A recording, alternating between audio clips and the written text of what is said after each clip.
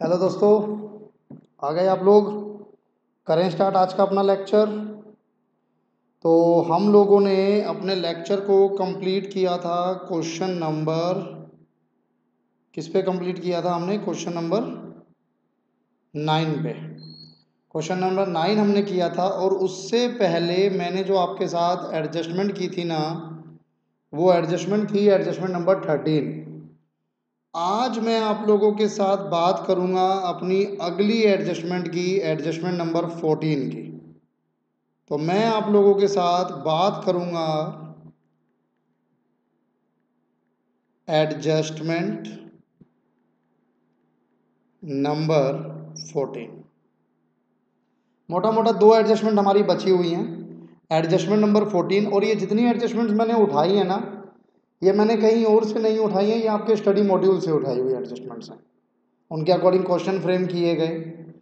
यानी हम लोग कह सकते हैं कि जो एडजस्टमेंट्स आपके स्टडी मॉड्यूल में, वही एडजस्टमेंट आपको एग्जाम में देखने को मिलेगी। उससे बाहर एडजस्टमेंट देखने के आने के चांस ना के बराबर हैं। एडजस्टमेंट नंबर 14 हम लोग देखते हैं, loss of goods by fire या फिर थेफ्ट। कुछ और भी हो सकता है। इन शॉर्ट, आपके गुड्स का लॉस हुआ है। अब वो लॉस का रीज़न कुछ भी हो सकता है, चोरी हो गई, आग लग गई, फ्लड आ गया, कुछ भी हो गया, बट गुड्स का लॉस हो गया। अगर ये इंफॉर्मेशन गिवन है कहाँ पर? अगर ये इंफॉर्मेशन गिवन है ट्रायल बैलेंस में, या अगर ये एडजस्ट इंफॉर्मेशन गिवन है कहाँ पर? एडजस्टमेंट में।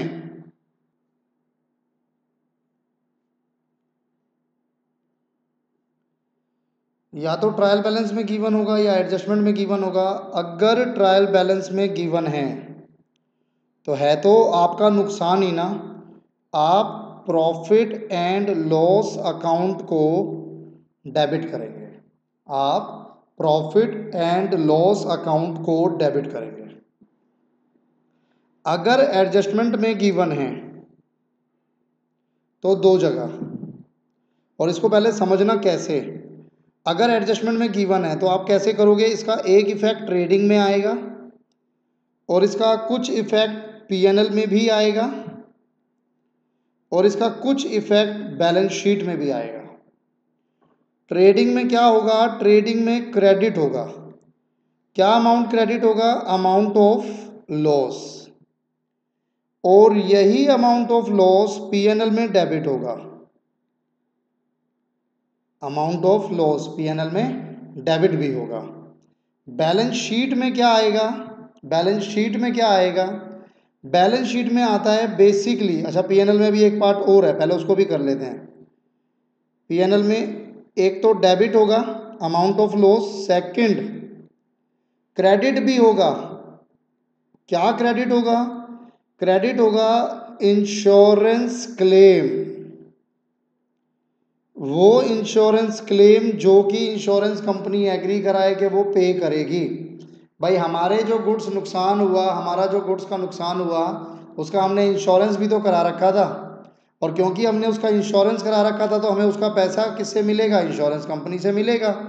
तो वो इंश्योरेंस क्लेम भी आएगा। बैलेंस शीट की अगर मैं बात करूं तो बैलेंस शीट में आप एसेट में लेके जाओगे इंश्योरेंस क्लेम को। तो आप देखोगे तो इसके चार इफेक्ट हुए हैं। अगर आप देखोगे तो इसके चार इफेक्ट मानोगे आप। एक, आपने अमाउंट ऑफ लॉस को क्रेडिट किया, फिर इसी अमाउंट ऑफ लॉस को आपने डेबिट किया, तो ये amount of loss credit debit आपस में एडजस्ट हो गया। फिर इंश्योरेंस क्लेम को आपने क्रेडिट किया, फिर इसी इंश्योरेंस क्लेम को आपने एसेट में डाला, यानी एसेट में डालने का मतलब है मैं कह सकता हूं कि हमने डेबिट किया। तो क्रेडिट डेबिट आपस में एडजस्ट हो जाते हैं। इसके अलावा एडजस्टमेंट नंबर 15 पे मैं बात करता हूं आपसे।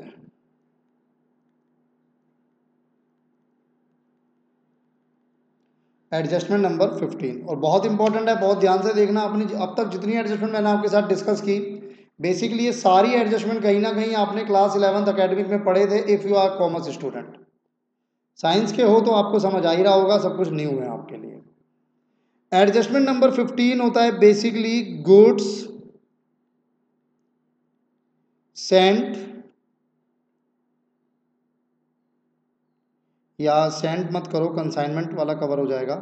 Goods sold to customer on sale or approval basis. Goods sold to customer on sale or approval basis. No approval is received till year end। आपने गुड्स सोल्ड किए थे अप्रूवल बेसिस पर। Goods sold to approval basis समझते हैं आप लोग? मैंने आप लोगों को गुड्स सोल्ड किए, लेकिन अभी उसको मैंने सेल्स अपना रिकॉर्ड तो कर लिया। सेल्स में रिकॉर्ड कर लेता हूँ, जिस दिन मैं गुड्स सोल्ड करूंगा मैं उस दिन अपना सेल अप्रूवल हो जाएगा तो मैं उसको सेल रिकॉर्ड कर लूंगा। लेकिन अगर ईयर एंड तक उसकी अप्रूवल नहीं आई तो मुझे वो सेल रिटर्न करनी पड़ेगी। अब ध्यान से समझना इसको। 1 अप्रैल 2020 मेरा ईयर स्टार्ट हुआ और ये ईयर चला 31 मार्च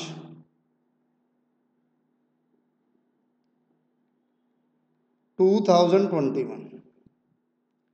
1 अप्रैल 2020 को मेरा ईयर स्टार्ट हुआ और ये ईयर चला कहाँ तक? 31 मार्च 2021 तक। अब इसी बीच मैंने मान लो 1 अगस्त, मान लो 1 दिसंबर 2020 को मैंने goods costing ₹5000 were sold on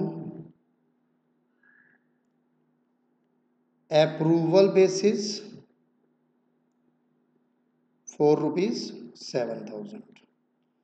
आपने 1 दिसंबर को गुड्स सोल्ड किए और जो गुड्स आपने सोल्ड किए उनकी कॉस्ट क्या थी? कॉस्ट थी 5000।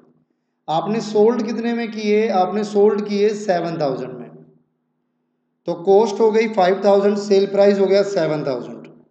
जिस दिन आपने सोल्ड किए उस दिन आपने क्या एंट्री पास की होगी? आपने एंट्री पास की होगी debtor account debit to sales account 7000। यानी कि अगर मैं आपके साथ इसके इम्पैक्ट देखूं, इम्पैक्ट एज ऑन 1 दिसंबर 2020, तो इसके इम्पैक्ट क्या हुए? इम्पैक्ट नंबर 1, आपकी जो कॉस्ट थी वो कॉस्ट कम हो गई। आपके गुड्स गए हैं तो आपकी कॉस्ट कम हो गई 5000 से, कॉस्ट ऑफ गुड्स 5000 से कम हो गए। सेकंड, आपकी सेल इंक्रीज हो गई कितने से? 7000 से। थर्ड, आपके डेटर इंक्रीज हो गए कितने से? आपके डेटर भी इंक्रीज हो गए 7000 से। लेकिन 31 दिसंबर यहां पर हम लोग हैं नो अप्रूवल रिसीव्ड। आपको किसी तरीके का कोई अप्रूवल रिसीव नहीं हुआ। अगर अप्रूवल रिसीव नहीं हुआ तो आपने जो सेल मानी थी वो सेल आपको रिवर्स करनी पड़ेगी। तो आप जो एंट्री रिवर्स करोगे, आप एंट्री रिवर्स करोगे sales account debit to debtors account 7000। ये आपने सेल्स भी रिवर्स की और जो आपने डेटर इंक्रीज किए थे वो डेटर भी खत्म करे 7000 से। सेकंड पॉइंट, अब मैं क्या करूंगा? मैं अपना क्लोजिंग स्टॉक, मैं इसका इम्पैक्ट आपको बताता हूं कि इसका इम्पैक्ट क्या होगा। इम्पैक्ट ऑन 31 मार्च 2021। सबसे पहला इम्पैक्ट जो कॉस्ट आपने डिक्रीज की थी, बल्कि मैं इसको कॉस्ट बोलूँगा किसकी, कॉस्ट ऑफ क्लोजिंग स्टॉक। जो आपका क्लोजिंग स्टॉक है वो वापस इंक्रीज होगा, कितने से, जितने से आपने डिक्रीज किया था 5000 से। सेकंड, आपने सेल को इंक्रीज किया था, अब आप उस सेल को डिक्रीज करोगे वापस, कितने से, 7000 से। थर्ड, आपने जो डेटर को इंक्रीज किया था, अब उस डेटर को भी डिक्रीज करोगे आप 7000 से। तो बेसिकली इस डेट पर जो इम्पैक्ट आया था उस डेट को रिवर्स कर दिया गया है यहाँ पर, उन सारे इम्पैक्ट को रिवर्स कर दिया गया है 31 मार्च 2021 को। आई होप क्लियर होगा यहाँ तक, बिल्कुल क्लियर है। अब क्या ये जो गुड्स सोल्ड हैं आपके, goods sold on approval basis, अगर ये ट्रायल बैलेंस में गिवन हो तो आंसर इज नहीं sir. Goods Saint on approval कभी भी ट्रायल बैलेंस में गिवन नहीं होंगे, it is not given in trial balance. यानी कि हमेशा कहाँ गिवन होंगे ये, हमेशा ये आपके पास एडजस्टमेंट में गिवन होंगे। इसका इम्पैक्ट कहाँ कहाँ जाएगा, ट्रेडिंग अकाउंट में जाएगा। ट्रेडिंग अकाउंट में क्या इम्पैक्ट जाएगा, जो आपका क्लोजिंग स्टॉक है उसमें कॉस्ट ऐड हो जाएगी, cost of goods will be added to, cost of goods will be added to closing stock, सबसे पहले तो, ठीक है। दूसरा impact, sale value of goods will be deducted from sales. Sales जो हमारी इंक्रीज हुई थी वो कम हो गई सेल वैल्यू से। क्लोजिंग स्टॉक जो हमारा डिक्रीज हुआ था कॉस्ट से, वो वापस इंक्रीज हो गया कॉस्ट से। ये तो ट्रेडिंग में था। इसका इम्पैक्ट बैलेंस शीट में भी आएगा। बैलेंस शीट में सबसे पहला इम्पैक्ट आएगा आपका, आप मान के चलो कि भाई बैलेंस शीट में किस किस पे आया होगा, एक तो क्लोजिंग स्टॉक दोबारा, तो यही सेम चीज, सेम इन बैलेंस शीट। भाई क्लोजिंग स्टॉक है ना, क्लोजिंग स्टॉक ट्रेडिंग में भी आता है, क्लोजिंग स्टॉक बैलेंस शीट में भी आता है, तो अगर वो ट्रेडिंग से कम हुआ है तो भाई इतना ही अमाउंट बैलेंस शीट से भी कम होगा। Second, debtor will be decreased by sale value. Note कर लो भाई, मैंने दो एडजस्टमेंट आपको कराई हैं। एडजस्टमेंट नंबर 14 पॉज करके नोट कर लेना।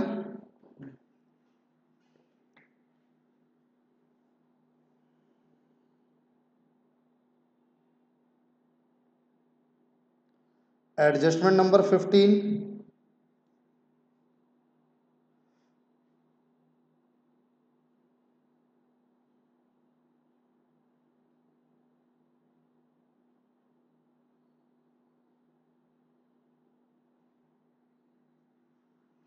ठीक है जी, चलिएगा।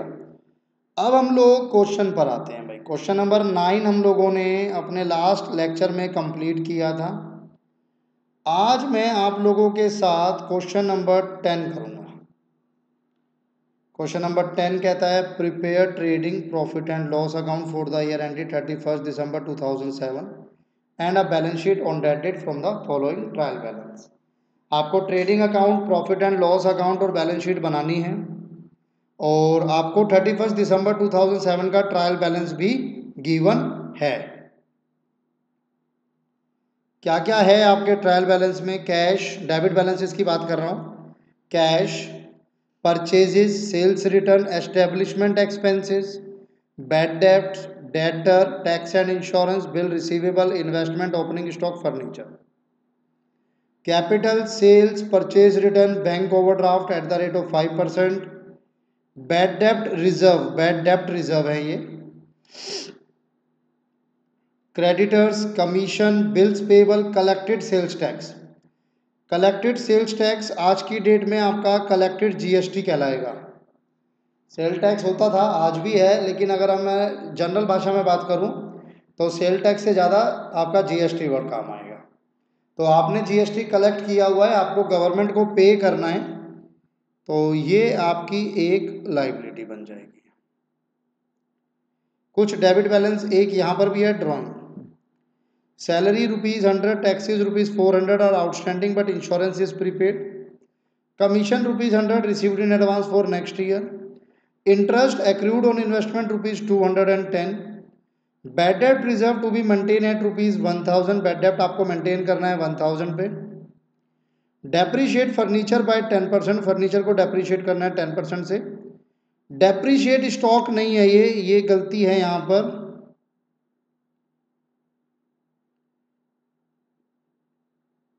ये आपका क्लोजिंग स्टॉक है।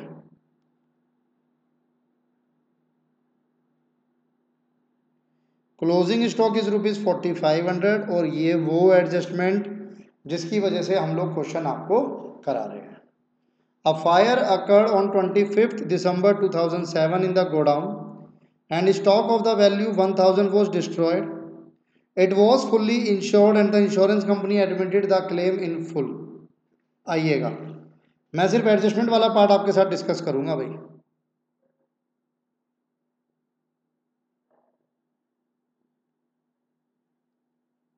Answer number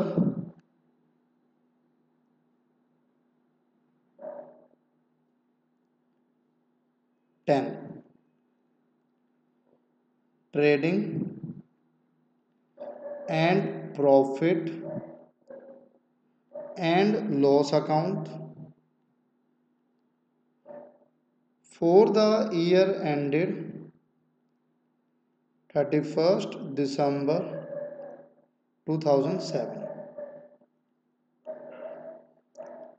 Particulars, amount, particulars, amount.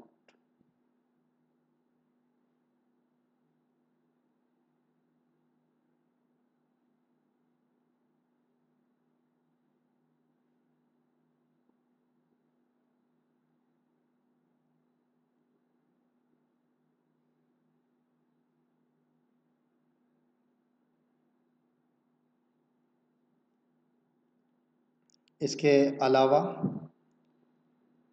Balance sheet as on 31st December 2007, liability आ गई हमारे पास, अमाउंट, एसेट,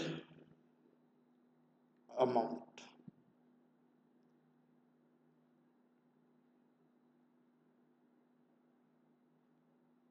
चलिएगा, एडजस्टमेंट्स पे फोकस करेंगे सिर्फ, मैं आपको सिर्फ एडजस्टमेंट कराऊंगा भाई। अब सैलरी ₹100, टैक्सेस ₹400 आर आउटस्टैंडिंग, तो सैलरी एंड टैक्सेस दोनों आपके इनडायरेक्ट एक्सपेंस हैं।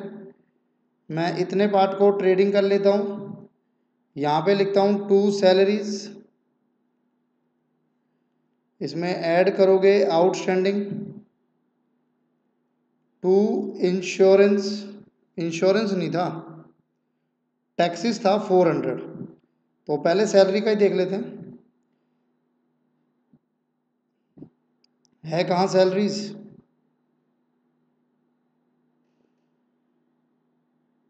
अरे सैलरीज है ही नहीं।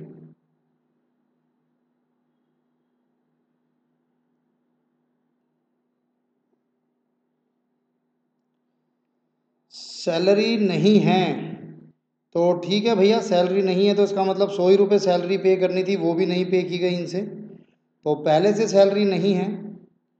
100 रुपीज़ है वो आप ही लिखोगे तो यहाँ पे टोटल सैलरी का एक्सपेंस 100 आ जाएगा, और आउटस्टैंडिंग सैलरी आप शो कर दोगे लाइबिलिटी में, outstanding salary 100।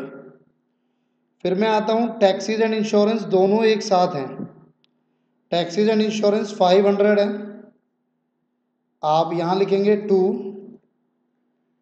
Taxis and insurance 500। Adjustment क्या है इस पे, टैक्सीज 400 आउटस्टैंडिंग, इंश्योरेंस 50 प्रीपेड, तो ऐड करो आउटस्टैंडिंग टैक्सेस, आउटस्टैंडिंग ऐड होगा,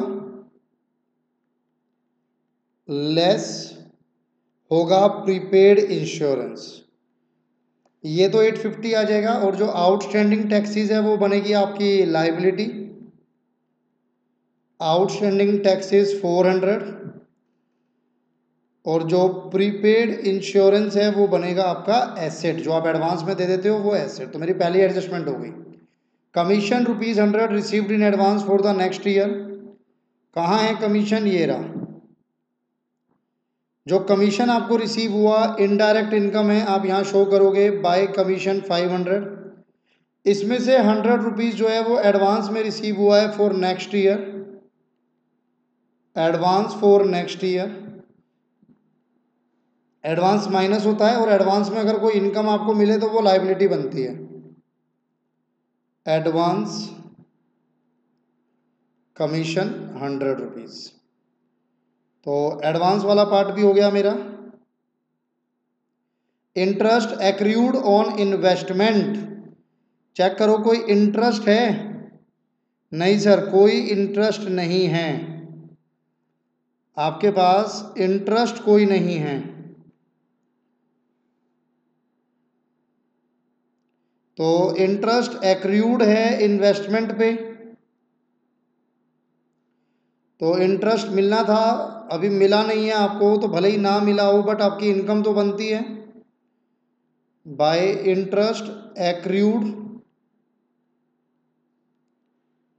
कितना है 210, और जो इंटरेस्ट अभी मिलना बाकी है वो आपका एसेट भी बनता है, एक्रूड इंटरेस्ट 210।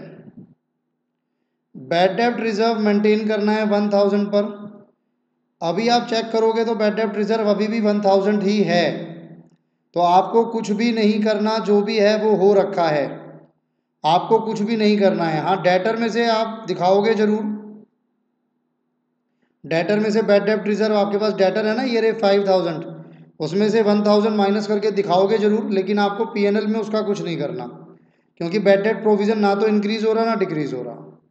फर्नीचर को डेप्रिशिएट करना है बाय 10%, फर्नीचर कितना है 600, उसको डेप्रिशिएट करो by 10%, furniture 600 less depreciation at the rate of 10% 60, ये हो गया 540, और जो 60 का डेप्रिसिएशन है वो यहाँ पर आ जाएगा, to depreciation on furniture 60, to depreciation पे फर्नीचर 60, तो ये भी हो गया। क्लोजिंग स्टॉक 4500 बाय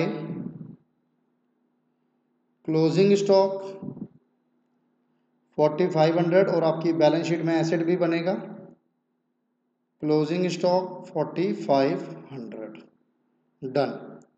अब लास्ट एडजस्टमेंट, और वही एडजस्टमेंट जिसके चक्कर में मैं क्वेश्चन आपको करा रहा था, फायर अकर हुई 25 दिसंबर को, लॉस कितने का हुआ 1000 का, ये 1000 का लॉस सबसे पहले मैं ट्रेडिंग में क्रेडिट करूंगा by abnormal loss by fire, ये ट्रेडिंग में क्रेडिट होता है, क्यों, क्योंकि मेरा जो परचेजेज है वो कम हो रहा है, मैंने जो गुड्स परचेज किए थे वो डेबिट में आता है, उस परचेजेस में से कुछ स्टॉक आपका बेकार हो गया, जल के राख हो गया, इसीलिए वो क्रेडिट किया गया, एबनॉर्मल लॉस बाय फायर, क्योंकि ये नुकसान है तो ये आप शो करोगे पीएनएल में डेबिट में भी 1000, लेकिन जब मैं रो रहा था, मालिक रो रहा था, तभी उसके मैनेजर ने आगे बताया सर रोने वाली कोई बात ही नहीं है, ये तो फुल्ली इंश्योर्ड है, रोएगी तो इंश्योरेंस कंपनी, क्योंकि हमें तो पैसा मिल जाएगा इंश्योरेंस कंपनी से।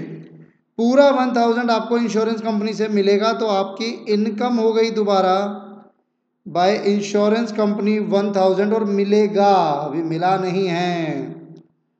तो ये इंश्योरेंस कंपनी को आप अपना एज अ रिसीवेबल भी शो करोगे। नोट कीजिए, बाकी आप खुद करना, सारा काम मैं थोड़ी कराऊंगा। जो एडजस्टमेंट थी वो एडजस्टमेंट मैंने आपके साथ डिस्कस कर लिया, बाकी आप खुद करेंगे।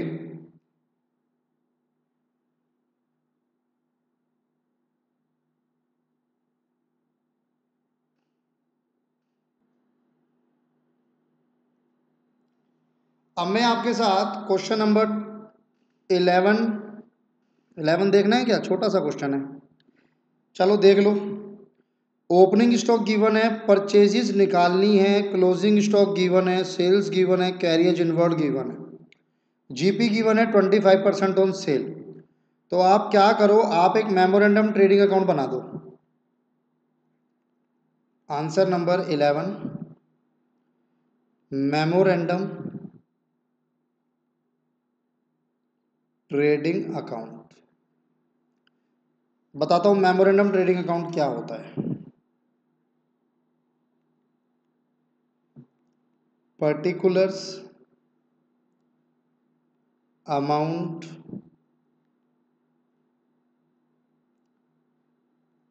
Particular amount. देखिए, किसी भी अकाउंट के साथ मेमोरेंडम वर्ड हम लोग ज्वाइंट करते हैं, लगाते हैं कब? जब उस अकाउंट की सारी डिटेल आपको गिवन नहीं होती या कोई डिटेल मिसिंग होती है। अब मुझे पता है ट्रेडिंग अकाउंट का format, to opening stock, to purchases by sales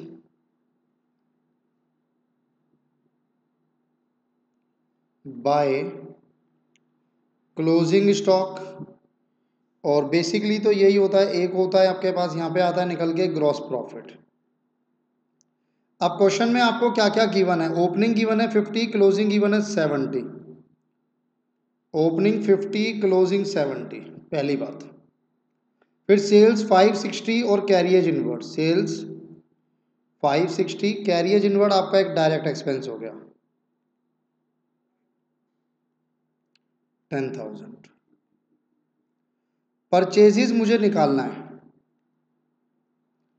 GP 25% है सेल का। सेल कितनी है? 560, उसका 25%,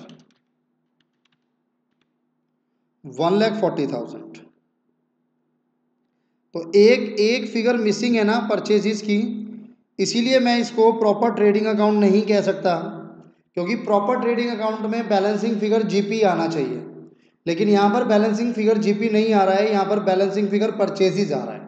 तो कुछ भी ऐसा अकाउंट जो अपने पर्टिकुलर फॉर्मेट से हट गया है, उसमें कुछ मिसिंग है जो मिसिंग नहीं होना चाहिए, तो उस अकाउंट को हम लोग मेमोरेंडम ट्रेडिंग अकाउंट बोल देते हैं। 560 प्लस 70, 630, माइनस 50, माइनस 10, माइनस 140, तो आपकी परचेजेस निकल कर आती है 4,30,000। तो ये क्वेश्चन नंबर 11 था। नोट करना है तो नोट कर लो। क्वेश्चन नंबर 12, क्वेश्चन नंबर 12 पे आ जाओ। From the following trial balance of mister Gopal for the year ending 31 March 2000 and additional information given, prepare trading account, profit and loss account and balance sheet as on 31st March 2000। अब आपको opening stock, capital, debtor, creditor, ये देखो ये कुछ नया है आपको ना, डेटर क्रेडिटर एक साथ दिए हुए हैं। इनमें से कौन सा डेटर कौन सा क्रेडिटर? तो सर सिंपल है ना, डेटर मतलब होता है एसेट, डेटर मतलब होता है एसेट, क्रेडिटर मतलब होती है लाइबिलिटी। तो जो डेबिट में है वो एसेट, मतलब जो डेबिट में है वो डेटर, जो क्रेडिट में है वो क्रेडिटर। ऐसे ही परचेज और सेल, तो ये आपको पता होना चाहिए। अब परचेज का नेचर क्या होता है, डेबिट, तो ये परचेज। सेल्स का नेचर क्या होता है, क्रेडिट, तो ये सेल्स। रिटर्न्स, कौन सा परचेज रिटर्न, कौन सा सेल्स रिटर्न, क्रेडिट वाला परचेज रिटर्न, डेबिट वाला सेल्स रिटर्न। कैरिएज, जब खाली कैरिएज दिया होता है तो आप उसको कैरिएज इनवर्ड बोलते हैं और वो हमारा डायरेक्ट एक्सपेंस होता है। वेजिज एंड सैलरी दोनों आ रहा है, वेजिज भी सैलरी भी, क्या मानोगे, डायरेक्ट या इनडायरेक्ट? तो जो पहला वर्ड है उसके अकॉर्डिंग चलते हैं, वेजिज है तो वेजिज को हम डायरेक्ट मानें। कमीशन रिसीव हुआ कि कमीशन पे किया, सर डिपेंड करता है कमीशन किस साइड है, कमीशन आपका क्रेडिट साइड है। अगर कमीशन क्रेडिट साइड है तो फिर वो हमारा क्या हो गया, वो हमारा कमीशन रिसीव्ड हो गया। क्रेडिट में इनकम आती है ना। मशीनरी, फर्नीचर, बैड डेंट्स क्या होता है, bad debts. Provision for doubtful डेब्ट, बीआरबीपी, बीआर एसेट होता है, एसेट यानी डेबिट, बीपी लाइबिलिटी होती है, लाइबिलिटी यानी credit. Land and building, taxes and insurance, discount allowed, bank and drawings, सारी इंफॉर्मेशन है आपके पास। फिर कहता है value of closing stock as on 31 March 2000 is ₹20,000। तो क्लोजिंग स्टॉक गिवन है, वेजेस एंड सैलरी आउटस्टैंडिंग है, इंश्योरेंस प्रीपेड है, प्रोवाइड फॉर डाउटफुल डेब्ट on the debtor at the rate of 10%, depreciate machinery and furniture at the rate of 10 and 15%। ये आपकी last adjustment जो रह रही थी, goods costing ₹12,000 were sold on approval basis for ₹15,000 but this were not approved by the customer yet. तो कुछ goods जिनकी cost 12,000 थी, आपने उनको सोल्ड किया था 15,000 में, लेकिन अभी तक वो अप्रूव नहीं किए गए हैं कस्टमर के द्वारा। सर रूल सेम रहेगा, मैं सिर्फ आपके साथ एडजस्टमेंट डिस्कस करूंगा। कुछ क्वेश्चन आगे मुझे लगेगा कि कोई बहुत इंपॉर्टेंट है जिसमें 3 से 4 एडजस्टमेंट है जो कि इंपॉर्टेंट है, जो कि दिक्कत करेगी आपको, वो जरूर मैं आपको सॉल्व करके दिखाऊंगा। लेकिन यहाँ पर आप देखोगे तो सारी एडजस्टमेंट सेम है, बस एक ये लास्ट वाली एडजस्टमेंट है तो मैं उनको करा देता हूँ, सिर्फ एडजस्टमेंट को करा देता हूँ, आपका भी टाइम बचेगा। तो हम लोग अब इसको स्टार्ट करते हैं। खाली एडजस्टमेंट्स मैं आपके साथ डिस्कस करूंगा। क्वेश्चन नंबर आपका 12 था।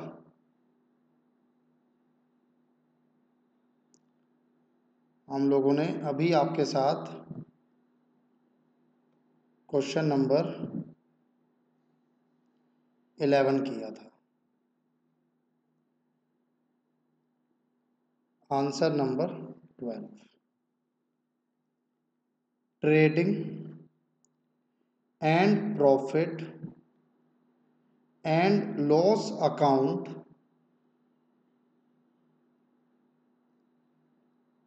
For the year ended, date क्या थी क्वेश्चन में, 31 March 2000।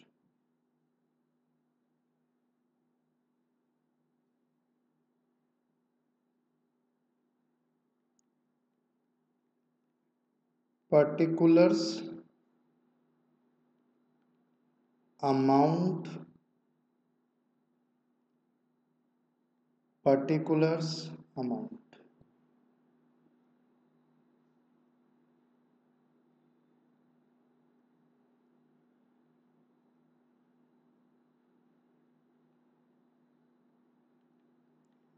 Balance sheet as on 31 March 2000,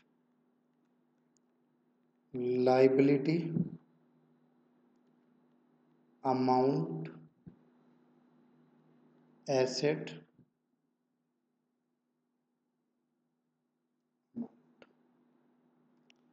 करें जी शुरू। तो एक एक करके देखेंगे, एडजस्टमेंट्स को ही देखते हैं। वैल्यू ऑफ क्लोजिंग स्टॉक दी हुई है 20,000, तो ये तो आपके पास सिंपल है। आप यहाँ पर लिखेंगे bye closing stock 20,000, balance sheet में आप एसेट में लिखेंगे closing stock 20,000, done. Wages and salary outstanding है तो पहले चेक करो वेजेस एंड सैलरी है कितना, वेजेस एंड सैलरी है 12,500। अब वेजेस एंड सैलरी आपका डायरेक्ट एक्सपेंस है, तो आप यहाँ पे शो करोगे वेजेस एंड सैलरी 12,500, और इसमें जो आउटस्टैंडिंग है 500 वो ऐड करेंगे। ऐड आउटस्टैंडिंग 500, तो ये 13,000 हो जाएगा, और जो 500 आउटस्टैंडिंग है वो आपकी लाइबिलिटी बन जाएगी। वो आप भी बोर हो गए होगे ना अब तक सेम सेम एंट्रीज करते करते। आउटस्टैंडिंग वेजेस एंड सैलरी 500, तो मेरी ये वाली हो गई है। इसमें प्रीपेड इंश्योरेंस भी है 200, तो चेक करो, ये होगा taxes and insurance 8500, indirect expense है, तो मैं ट्रेडिंग को यहीं बंद कर देता हूँ। टू टैक्सेस एंड इंश्योरेंस 8500, उसमें से एडवांस है, प्रीपेड है 200, जो कि माइनस हो जाएगा, तो ये बचेगा आपके पास 8300। और जो आप इंश्योरेंस एडवांस में पे करते हो, प्रीपेड इंश्योरेंस होता है, वो बनता है आपका एसेट। क्लियर है यहाँ तक? तो मेरी दो एडजस्टमेंट मैं आपको बता दी। डाउटफुल डेब्ट 10% बनाना है डेटर पर। दो चीज़ें देखो, क्या कोई प्रोविजन फॉर डाउटफुल डेब्ट पहले से है? यस। अब चेक करो डेटर कितने हैं।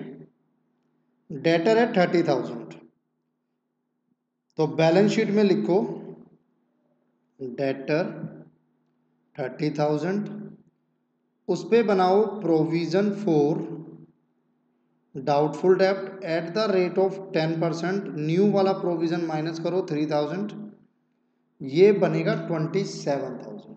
अब आपके पास पहले से प्रोविजन कितना था? 5,000। पहले से प्रोविजन था 5,000, लेकिन अब मेंटेन कितना करना है? सिर्फ 3,000। तो कितने का प्रोविजन कम हो गया? प्रोविजन 2,000 से कम हो गया। फायदा कि नुकसान? फायदा। आप पीएनएल में शो करोगे बाय प्रोविजन फॉर डाउटफुल डेब्ट। पहले से कितना मेंटेन था? 5,000। अब आपको कितना मेंटेन करना है? सिर्फ 3,000। तो कितना आपका नुकसान जो बच गया या खर्चा जो वापस आ गया वो था 2,000। इंपॉर्टेंट है भाई। फिर कहता है मशीनरी और फर्नीचर पे डेप्रीशिएशन है 10 और 15%। तो मशीनरी पे 10%,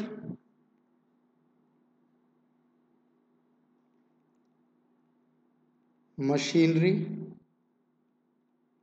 40,000 less depreciation at the rate of 10%, 4,000 minus करोगे तो 36, और डेप्रीसिएशन आपका यहाँ पर आ जाएगा 2। डेप्रीसिएशन ऑन, मैं दोनों को ही लिख लूँगा, पहले मशीनरी लिख लेते हैं 4,000। चेक करना ठीक किया है ना हमने? 40 थी और रेट भी 10% था मशीनरी पे। यस। फर्नीचर पे 15% है, और फर्नीचर की वैल्यू है 10,000। Furniture 10,000 less depreciation at the rate of 15%, 1500 minus कर दो तो ये बचेगा 8,500। और फर्नीचर का जो डेप्रिसिएशन है वो आप यहाँ पर लिख दोगे, फर्नीचर 1500, तो टोटल हो गया ये 5,500। ये वाली एडजस्टमेंट भी आपकी पूरी हो गई है। लास्ट वाली देख लो भैया। Goods costing 12,000 were sold on approval basis for 15,000। तो जब सोल्ड किया होगा तो क्लोजिंग स्टॉक कम आया होगा 12,000 से, सेल इंक्रीज हुई होगी 15,000 से, डेटर इंक्रीज हुआ होगा 15,000 से। मैंने पूरा इस पर बताया था आपको। अब इसके इफेक्ट क्या होंगे? सबसे पहले क्लोजिंग स्टॉक चेंज होगा। क्लोजिंग स्टॉक कितना है? 20। तो अब वो 20 ना होकर 20 + 12 होगा। ये जो मैंने यहाँ 20 लिखा है ये गलत है। अब मैं इस 20 को अंदर लिखूंगा और इसमें डालूंगा गुड्स सेंट ऑन अप्रूवल 12,000, 20 + 12 32,000, और यही क्लोजिंग स्टॉक मेरा नजर आना चाहिए बैलेंस शीट में भी। 20 + 12, समझ आया? आपने पहले उसको सेल माना था, तो सेल माना होगा तो आपने क्लोजिंग स्टॉक को कम किया होगा, अपने स्टॉक को कम किया होगा, लेकिन वो सेल तो अभी हुई नहीं, तो वापस आपने अपना स्टॉक इंक्रीज कर दिया। अच्छा, और हमने एक गलती और कर दी है, हमने डेटर वाला पार्ट गलत कर दिया है। अब इसको आप ऐसे समझ लो कि मेरे से गलती हो गई, या ऐसे समझ लो कि जानबूझ के गलती छोड़ी है, ताकि आपको समझ आए कि आप कहाँ क्या गलती कर सकते हो। जैसे मर्जी समझ लो, पर अभी डेटर गलत है। अब मैं एक चीज और मैं यहां लिखता हूं, बाय सेल्स। चेक करो सेल्स का अमाउंट कितना है।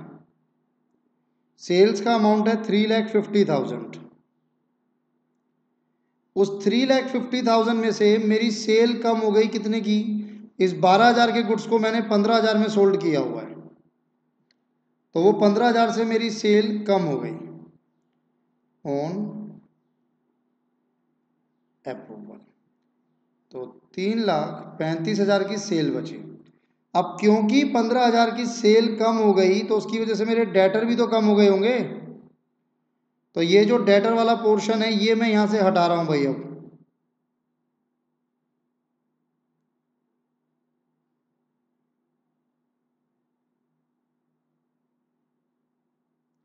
और डेटर वाला पोर्शन मैं नीचे सॉल्व कर रहा हूं।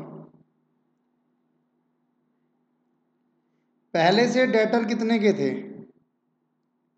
आपके पास? डेटर पहले से 30,000 के थे। अब उस 30,000 में से आपके डेटर और डिक्रीज हो गए। अप्रूवल बेसिस वाले 15,000 जो आपने बेचा था वो और डिक्रीज हो गए, तो अब डेटर कितने रह गए? सिर्फ 15,000। और इस 15,000 के डेटर पे आपको प्रोविजन बनाना था एट द रेट ऑफ 10%, तो वो बनेगा सिर्फ 1,500। तो ये आएगा 13,500, और 1,500 का प्रोविजन यहाँ से माइनस होगा। जो पहले आपने 5,000 बना रखा है, अब कितना बनाना है? सिर्फ 1,500। तो आपका फायदा कितने का हो गया? 3,500 का। देख लो, समझ लो, पूरा हो गया। 12,000 के गुड सोल्ड हुए थे 15,000 में। मैं दोबारा आपको बता देता हूँ, 12,000 के गुड सोल्ड हुए थे 15,000 में। तो एक तो ये मैंने यहाँ पे 12,000 क्या किया आपने? क्लोजिंग स्टॉक में वापस ऐड किया, और यही मैंने बैलेंस शीट में भी ऐड किया। तो ये तो मेरे क्लोजिंग स्टॉक का पार्ट हो गया। फिर मेरी सेल इससे कम हुई, क्योंकि पहले मैंने सेल माना हुआ था, लेकिन अब सेल नहीं मानूंगा, जिसकी वजह से मेरे डेटर भी कम हो गए।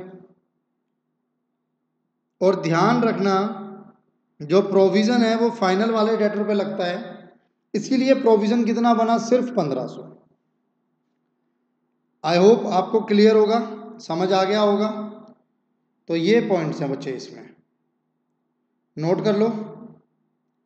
पहले ट्रेडिंग अकाउंट नोट कर लो, इसको ध्यान से करना, सेल और अप्रूवल वाले को ध्यान से करना, बिल्कुल नोट कर लो।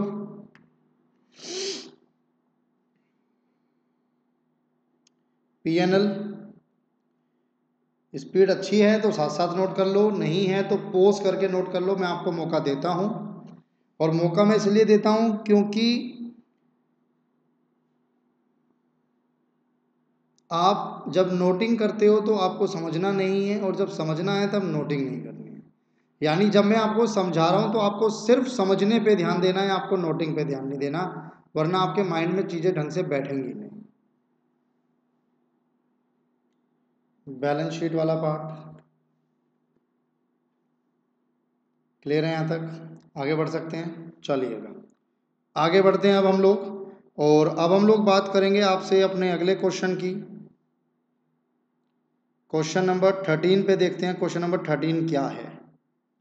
31 March 2001 extracted from the books of Shri Gavaskar, cash in hand, cashier bank, debtor, opening stock, furniture, fixture, office equipment, building, motor car, creditor, loan, reserve for bad डेप्ट यानी वही प्रोविजन फॉर डाउटफुल डेप्ट, purchases, purchase return, sales return, salary, rent for godown, interest on loan, rates and taxes, अरे तो ख़त्म ही नहीं हो रहा। Discount allowed to debtor, discount receive from creditor, freight on purchase यानी कैरिएज इनवर्ड, फिर carriage outward, drawing, printing and stationery, electricity charges, insurance premium, general office expense, bad डेब्ट, हाँ, bank charges, motor car, capital account. हो इतना बड़ा question कहाँ से बना दिया, पता नहीं कैसे कैसे क्वेश्चन बना देते हैं ये लोग। चलो अब बना दिया है तो करना पड़ेगा। ट्रेडिंग पीएनएल बनाइए 31 मार्च 2001 का और बैलेंस शीट बनाइए। Depreciate building, furniture, office equipment, motor car. Value of stock as on the close of the year यानी closing stock. Reserve for bad डेब्ट मेंटेन करना है 5% on debtors. Insurance premium include 4000 paid toward proprietor life insurance policy. हर question में एक adjustment ऐसी जरूर है जो न्यू है, उस पर ध्यान रखना, क्योंकि फाइनल अकाउंट में एंट्रीज का खेल है। आपके पास कोई ना कोई एंट्री ऐसी जरूर आएगी जो आपको परेशान कर सकती है एग्जाम में, तो एंट्रीज का ध्यान रखना बस। इंश्योरेंस प्रीमियम में 4000 ऐसा इंक्लूड पेमेंट है जो कि आपने प्रोप्राइटर की लाइफ इंश्योरेंस पॉलिसी के लिए पे किया था।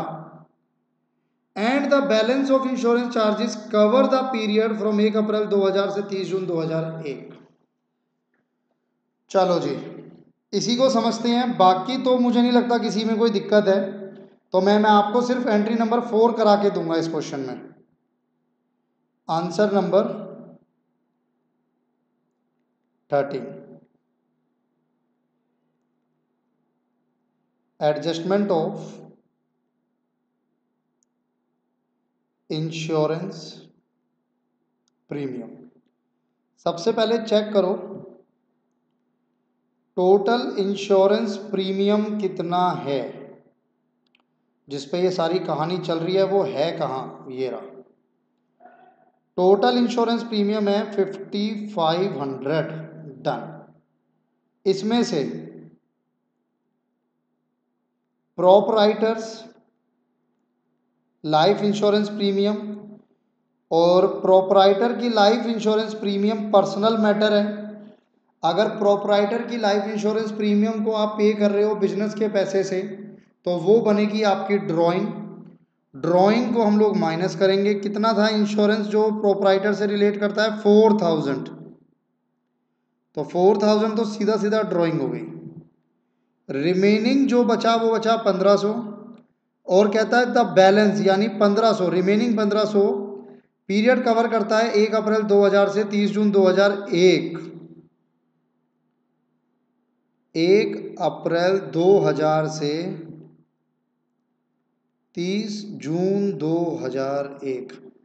चेक करना भाई कितने महीने हो गए। अप्रैल से मार्च, 12 मार्च के बाद अप्रैल मई जून, यानी ये 1500 रुपये कितने महीने की है, 15 महीने की है। सर 4000 तो बिल्कुल अलग हो गया, वो तो ड्राइंग्स हो गई, वो तो ड्राइंग्स में चला गया। बचा हुआ 1500 रुपये जो है, बचा हुआ जो 1500 रुपये है वो 15 महीने का है, 12 का भी नहीं है, 15 महीने का है। और आपका जो पीरियड खत्म होता है वो पीरियड खत्म हो रहा है 31 मार्च को, और ये कहाँ तक है, 30 जून तक। यानी अप्रैल मई जून 3 महीने का एडवांस हो गया। तो मैं यहाँ निकालूंगा एडवांस इंश्योरेंस प्रीमियम। कैसे, 1500 पे किए हैं 15 महीने के, जिसमें से कि 3 महीने का एडवांस हो गया, तो टोटल 300 रुपये आपका एडवांस हो गया, जो कि माइनस होगा 1200 बचा। अब आप क्या करोगे, आप पीएनएल बनाओगे, ट्रेडिंग पीएनएल का पीएनएल बनाओगे ना। शॉर्टकट बता रहा हूँ मैं तो आपको, सिर्फ आप बाद में करते रहना इसको फेयर हो। उसमें आप यहाँ शो करते हो टू इंश्योरेंस प्रीमियम, पूरा शो करना 5500, ड्राइंग्स के नाम से हटा देना 4000, एडवांस इंश्योरेंस के नाम से हटा देना 300, ये दोनों माइनस करोगे तो आपका बचेगा 1200। ये एंट्री तो पीएनएल में करना। बैलेंस शीट में इसका क्या इंपैक्ट जाएगा, बैलेंस शीट में आप इसको लिखना, दोनों साइड आएगी बैलेंस शीट में, लायबिलिटी भी और एसेट में भी। लाइबिलिटी में कैपिटल आएगी कुछ ना कुछ, उस कैपिटल में से जो पर्सनल उसकी लाइफ इंश्योरेंस पॉलिसी है, पर्सनल लाइफ इंश्योरेंस प्रीमियम 4,000 वो माइनस होगा, और जो एडवांस में आपने इंश्योरेंस पे किया है 300 वो एसेट में आ जाएगा। सिंपल, क्लियर है जी? क्लियर है बच्चे। बाकी इसमें कुछ कराऊंगा तो वो आपकी तौहीन समझी जाएगी। क्या आप लोग डेप्रिसिएशन नहीं लगा सकते? इतने नालायक हैं आप? क्या आप क्लोजिंग स्टॉक नहीं लिख सकते हो? इतने नालायक समझते हो अपने आप को? क्या प्रोविजन फॉर डाउटफुल डेब्ट अब तक मेंटेन नहीं कर पा रहे हो? नहीं सर, प्रोविजन में दिक्कत हो जाती है सर। वैसे तो इसमें कोई दिक्कत है नहीं, फिर भी आप कहते हो तो मैं आपको इस क्वेश्चन में भी डेटर करा देता हूँ। तो डेटर ढूंढ लो कहाँ है बस एक बार। ये रे 86,000 के डेटर हैं जिनको मैं बैलेंस शीट में लिखूंगा 86,000। इस 86,000 में आपको प्रोविजन क्रिएट करना है 5%। डेटर पे और कोई एडजस्टमेंट भी नहीं है ना कि कुछ डेटर से माइनस होना हो, ऐसा कुछ नहीं है। Provision eight the rate of 5%। 86,000 का 5% हो गया 4,300 माइनस 86,000, तो ये हो जाएगा आपका 81,700। पहली चीज़ तो ये। अब ये जो प्रोविज़न है 4,300, क्या पहले से कोई प्रोविज़न गिवन है? ढूंढो ढूंढो ढूंढो ढूंढो रे साजना, पहले से कोई प्रोविज़न, पहले से कोई प्रोविज़न मिला मिला मिला, ये रहा सर। तो पहले से 3,000 है, अब कितना बनाना है? अब बनाना है 43, तो और बनाना है कितना? और बनाना है 1,300 टू प्रोविजन फॉर डाउटफुल डेब्ट। 4,300 बनाना है, 3,000 पहले से है, तो 1,300 रिजर्व के नाम पर और दान कर दो। क्लियर हो गया जी? आंसर नंबर 13 का जो भी इंपॉर्टेंट पार्ट था वो मैंने आपके साथ डिस्कस किया। बाकी आप लोग कर लेंगे इसको, और मैं बार बार बोलूँगा कि इसको करना जरूर है। कोई भी आएगा आप मुझे व्हाट्सएप करेंगे, मैं उसका आंसर, उसका सॉल्यूशन आपको दे दूंगा। अगर फिर भी डाउट क्लियर नहीं होते हैं तो मैं आप लोगों के डाउट 1-to-1 जूम पे भी क्लियर कर सकता हूँ, उसका भी इश्यू नहीं है। बस आपने पढ़ना है, अच्छे से पढ़ना है। क्वेश्चन नंबर 14 देखते हैं सर क्या कहता है। क्वेश्चन नंबर 14 को देखते हैं क्या कहता है। क्वेश्चन नंबर 14, क्वेश्चन नंबर 14 कहता है from the following trial balance of Shishir you are required to prepare final account after making the necessary adjustment. Debit और क्रेडिट के बैलेंस है। अब ये दिया हुआ है कैपिटल और ड्राइंग, तो जो क्रेडिट में है वो कैपिटल, जो डेबिट में है वो ड्राइंग। तो ये आपको पता होना चाहिए, नेचर आपको पता होना चाहिए। Freehold property, plant and machinery, salaries, printing and stationery, furniture, fixture, discount. Discount के आगे कुछ लिखा नहीं है, लेकिन क्योंकि डिस्काउंट डेबिट में है तो वो डिस्काउंट अलाउड बनेगा, खर्चा बनेगा।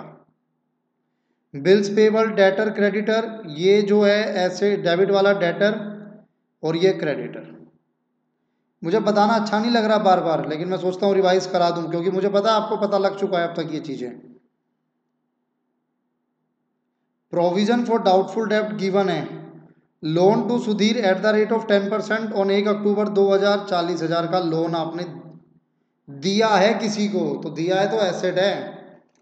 और interest on loan to Sudhir आपको मिला कितना है? अब एक चीज़ यहाँ समझो, अगर मैं इस लोन का इंटरेस्ट आपसे कैलकुलेट कराऊं 40,000 का 10% कितने महीने का? 6 महीने का, अक्टूबर टू मार्च, तो ये आएगा 2,000। लेकिन आपको मिला कितना है अभी? सिर्फ 1,000। तो बाकी आउटस्टैंडिंग इंटरेस्ट है जो कि मिलना बाकी है। Cash at bank, cash in hand, stock on 31 मार्च 2003। ये कौन सा स्टॉक है भाई? हाँ, 31 मार्च 2003 का ही बनाना था। और इस बार जो आपको स्टॉक है ना, क्लोजिंग वाला स्टॉक, वो भी आपको ट्रायल बैलेंस के अंदर दिया हुआ है। ये आपका क्लोजिंग स्टॉक गिवन है, ट्रेडिंग के प्रॉफिट्स गिवन है, आउटस्टैंडिंग वेजेस गिवन है, इंश्योरेंस क्लेम जो रिसीव हुआ है फॉर लॉस ऑफ गुड्स वो गिवन है। अच्छा क्वेश्चन है। आउटस्टैंडिंग सैलरी कुछ बाहर भी है, prepaid insurance value of loose tool on this, ये क्लोजिंग स्टॉक हो गया वैल्यू का। A new machine was purchase on credit and installed on 31 December 2002 costing 15,000। No entry for the same had yet been made in the books. Depreciation जो closing balance पे plant and machinery पे इतना, furniture and fixture पर इतना। Provision for doubtful डेब्ट maintain करना है 5% on debtor का। सर इंपॉर्टेंट क्वेश्चन है, पूरा क्वेश्चन सॉल्व करेंगे हम लोग। बहुत देर हो गई आपको होमवर्क देते देते, अब हम भी पूरा क्वेश्चन सॉल्व करेंगे आपके साथ। तो आइए जरा पूरा क्वेश्चन सॉल्व करते हैं हम इसको।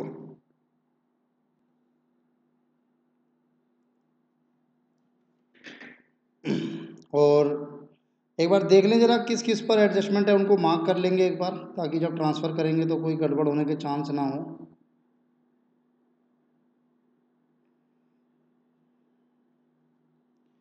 आउटस्टैंडिंग सैलरी, प्रीपेड इंश्योरेंस, तो देखो जरा सैलरी और इंश्योरेंस होगा कहीं पर। ये तो सैलरी है, इंश्योरेंस कहाँ है, ये इंश्योरेंस है। ठीक है, दो तो ये एडजस्टमेंट है इसमें। वैल्यू ऑफ लूज टूल्स, कहीं पर लूज टूल्स दिखे थे आपको? तो ये लूज टूल्स हैं और उसकी वैल्यू भी है आपके पास, ये आपने परचेज किया होगा।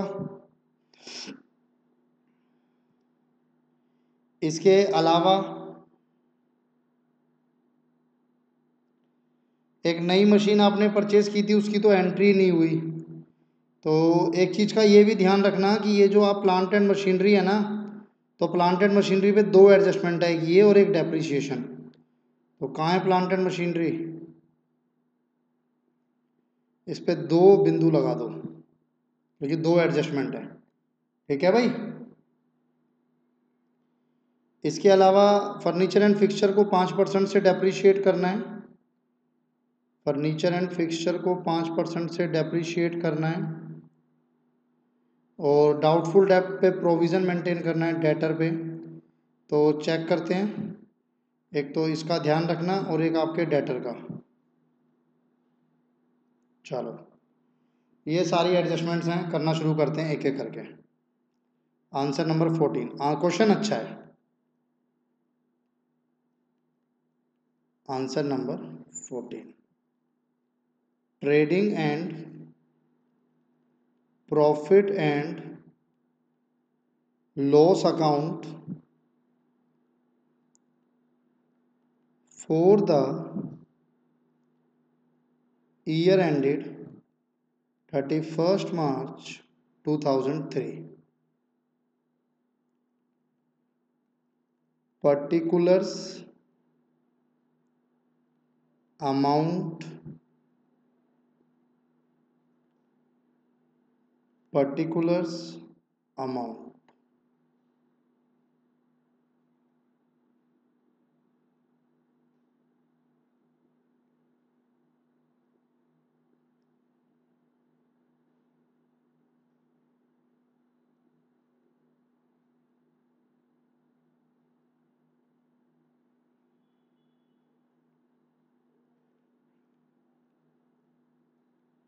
Balance sheet as on 31st March 2003,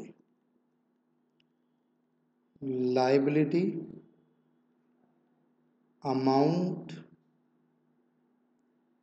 assets, amount.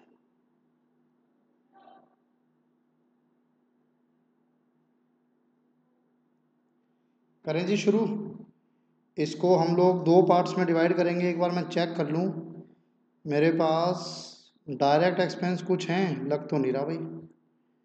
Wages यहाँ तो आ रहा है आउटस्टैंडिंग वेजेस, लेकिन ऊपर कहीं पर मुझे वेजेस नज़र नहीं आया। ऊपर वेजेस नहीं है, लेकिन यहाँ पर हैं आउटस्टैंडिंग वेजेस। ये किसी में एडजस्ट कर दिए होंगे या तो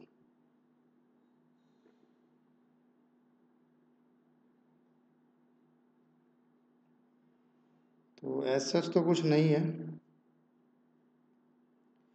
अच्छा इसमें एक चीज़ और है ना, आपको ट्रेडिंग प्रॉफिट्स गिवन है, आपसे मांगा क्या था फिर?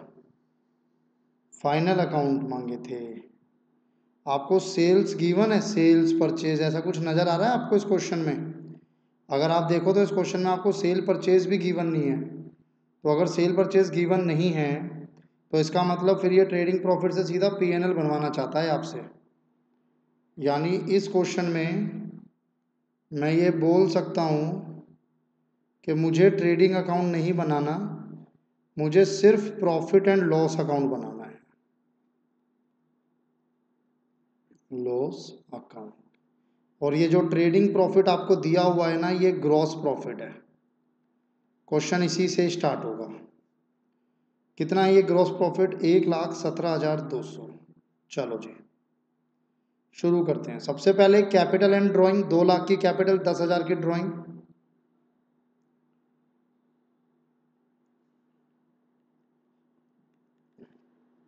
Capital 2 lakh less drawing 10,000। Next, freehold property 60,000 without any adjustment asset बनेगा। Freehold property 60,000। Plant and machinery पे 2 एडजस्टमेंट है। प्लांट एंड मशीनरी पे एक तो डेप्रिसिएशन है, दूसरी क्या है, कहता है बहुत इंपॉर्टेंट है। और ये वाली,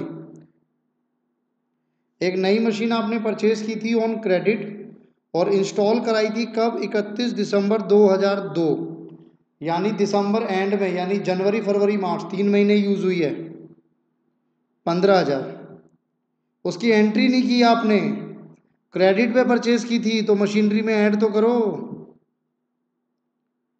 ऐड तो करो 15,000, तभी तो आपकी ठीक मशीन की कॉस्ट निकल कर आएगी 1,15,000। और क्योंकि ये उधार पर खरीदी है तो आप लिखोगे creditor for machinery 15,000। Creditor for machinery 15,000। इस पे दूसरी एडजस्टमेंट यह है कि डेप्रिशिएट करना है। और देखो यहाँ पे क्या लिखा हुआ है, यहाँ पे लिखा हुआ है on closing balance. Closing balance पे आपको डेप्रिशिएट करना है। अगर क्लोजिंग बैलेंस पे डेप्रिशिएट ना करना होता तो मैं 15,000 पर सिर्फ 3 महीने की डेप्रिशिएशन लगाता। ये जो 15,000 मैंने परचेज किया, मैं इस पर सिर्फ 3 महीने का डेप्रिशिएशन लगाता, दिसंबर टू मार्च। लेकिन क्योंकि कहता है क्लोजिंग पे डेप्रिशिएशन लगेगा तो फिर पूरे 1,15,000 पे 10% डेप्रिशिएशन लगेगा। अब जो डेप्रिशिएशन लगेगा पूरा 10% लगेगा। 1,15,000 का 10% आई थिंक 11,500। 1,15,000 का 10% 11,500 माइनस 1,15,000, 1,03,500। 1,03,500 आपका डेप्रिशिएशन आ गया। ये डेप्रिशिएशन उठाओ, पीएनएल में डाल दो। To depreciation on plant and machinery 11,500। Done हो गया जी। आगे बढ़ते हैं।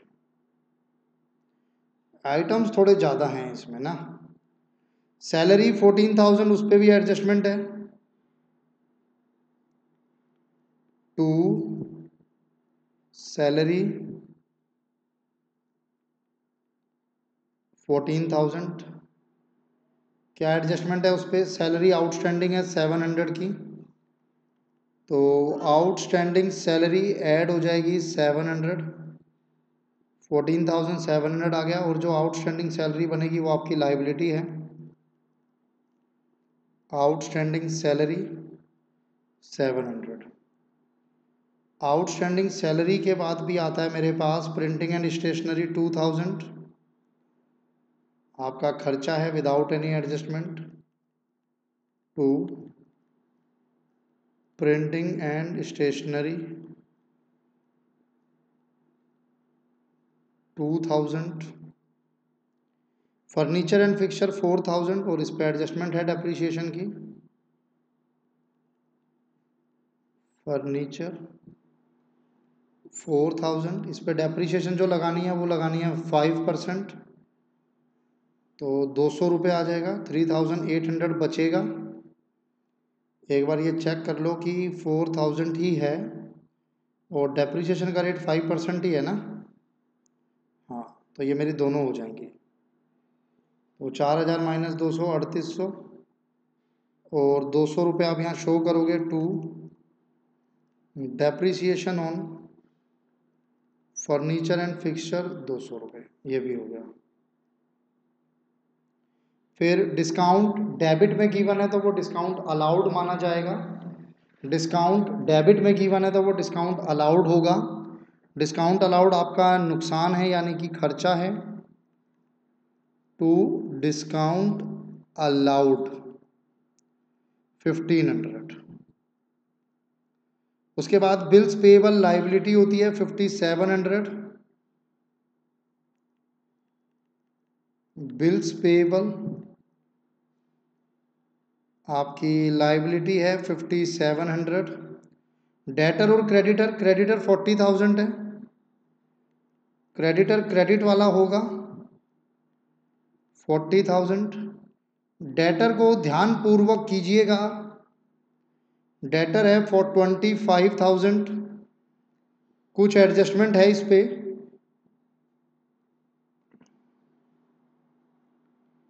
द प्रोविजन फॉर डाउटफुल डेप्ट is to be maintain at 5% on debtor. इसके अलावा तो डेटर की कोई एंट्री है नहीं, कोई एंट्री नहीं है, ठीक है। तो इसमें से आप लेस करो provision eight the rate of 5%। 25,000 का 5% 1250 माइनस कर दो, 23750। 23750 आपका प्रोविजन आ गया। 23750 आपका डेटर का बैलेंस आ गया। प्रोविजन जो है वो 1570 आया है, 1250। अब ये चेक करो पहले से कोई प्रोविजन है कि नहीं है, और काफ़ी बड़ा प्रोविजन है पहले से। तो पहले से 4800 है, अब सिर्फ 1250 बन रहा है, तो आपका फ़ायदा ही फ़ायदा। बाय प्रोविजन फॉर डाउटफुल डेब्ट, पहले से 4800, अब सिर्फ 1250 बनाना है।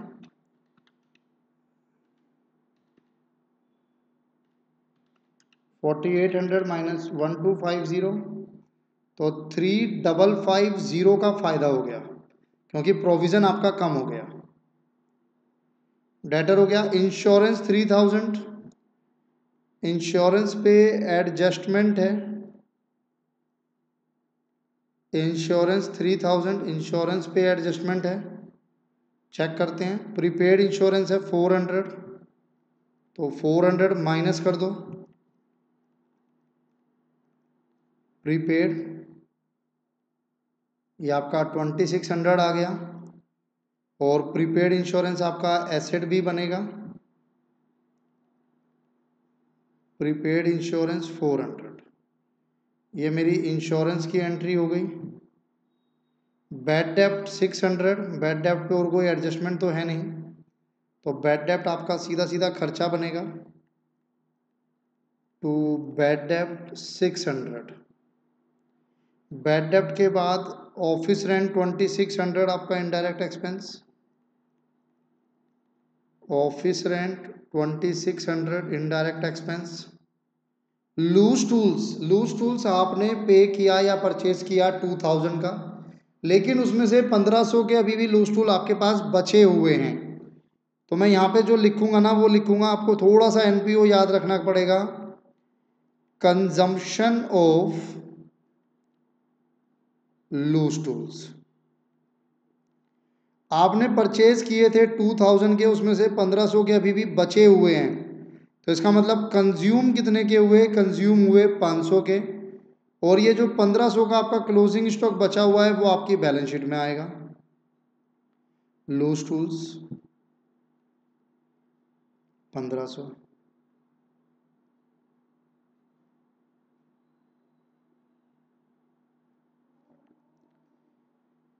आगे बढ़ते हैं। लूज टूल हो गया, इधर ये सारा हो चुका है आपका, बिल पेबल ये सब हो चुका है, प्रोविजन फॉर डाउटफुल डेब्ट हो चुका है। लोन देख लो भाई, लोन टू सुधीर 40,000। अगर आप किसी को लोन देते हो तो वो आपका एसेट है। आपने किसी को लोन दिया है, आप उससे बाद में पैसा वापस मांगोगे, मांगोगे कि नहीं? बिल्कुल मांगेंगे सर, हम छोड़ेंगे क्यों अपना पैसा। तो आपने लोन दिया है सुधीर को 40,000, तो वो 40,000 का लोन आपने उसको दिया तो वो आपका एसेट है। उस पे जो इंटरेस्ट है, वो इंटरेस्ट, ये 40,000 तो हो गया, इंटरेस्ट जो आपको मिला वो आपकी income by interest on loan 1000। लेकिन हमने कैलकुलेट किया था कि अगर मैंने ये लोन 1 अक्टूबर को दिया है तो मुझे 6 महीने के अकॉर्डिंग इस 40,000 पे 10% के अकॉर्डिंग, 40,000 पे 10% के अकॉर्डिंग 6 महीने के अकॉर्डिंग 2,000 रिसीव होने चाहिए थे, but we have received only 1,000। It means remaining 1,000 is your accrued interest, outstanding interest. एक ऐसा इंटरेस्ट जो आपको मिलना था लेकिन अभी मिला नहीं, तो ऐड होता है। और साथ ही साथ अगर कोई चीज़ मिलनी है और मिलनी बाकी है, एक्रूड इंटरेस्ट, तो वो आपका एसेट भी बनता है। कैश एट बैंक 25,000,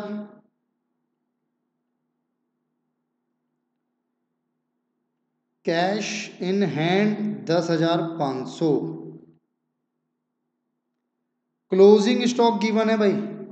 अगर क्लोजिंग स्टॉक ट्रायल बैलेंस में गिवन है तो एक ही जगह जाएगा, शुरू से बता रहा था मैं आपको यही चीज़ें।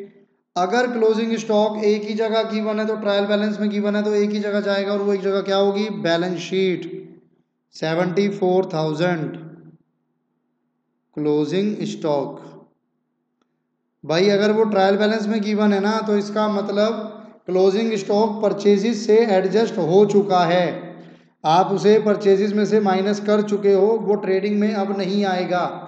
हालांकि इस क्वेश्चन में हमें ट्रेडिंग बनाना भी नहीं है, लेकिन अगर बनाना भी होता तब भी मैं उसे नहीं लिखता। क्यों? क्योंकि फिर जो परचेजिज आपको गिवन है, अगर क्लोजिंग स्टॉक ट्रायल बैलेंस में है तो इसका मतलब वो परचेजिज से एडजस्ट हो चुका है। ट्रेडिंग प्रॉफिट मैं कर चुका हूं। इसी तरीके से आउटस्टैंडिंग वेजेस, अगर कोई भी आउटस्टैंडिंग खर्चा ट्रायल बैलेंस में गिवन है तो एक जगह जाएगा, और वो एक जगह होगी balance sheet liability side. Sir wages में क्यों नहीं ऐड होगा? अब ये मत कहना कि ट्रायल आपको ट्रेडिंग बनाना ही नहीं है, वो तो बात ठीक है। अगर ट्रेडिंग बनाना होता तब भी मैं इसको वेजेस में ऐड नहीं करता, क्योंकि अगर ये ट्रायल बैलेंस में आ रहा है तो इसका मतलब ये वेजेस में एडजस्ट हो चुका है। इंश्योरेंस क्लेम आपको रिसीव हुआ फॉर लॉस ऑफ गुड्स, तो आपकी इनकम है और ये रिसीव हो चुका है बाय इंश्योरेंस कंपनी 5,000, ये आपको क्लेम रिसीव हुआ था। डन है जी। पहली, दूसरी, तीसरी, चौथी एंट्री भी हो चुकी है, पांचवी, सिक्स्थ, सारी एंट्री हो चुकी है भाई। लो भगवान का नाम, शुरू करता हूं मैं।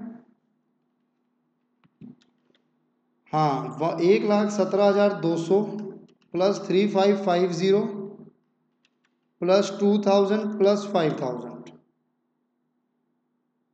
12,750 माइनस 11,500, 14,700, 2,000, 200, 1,500, 2,600,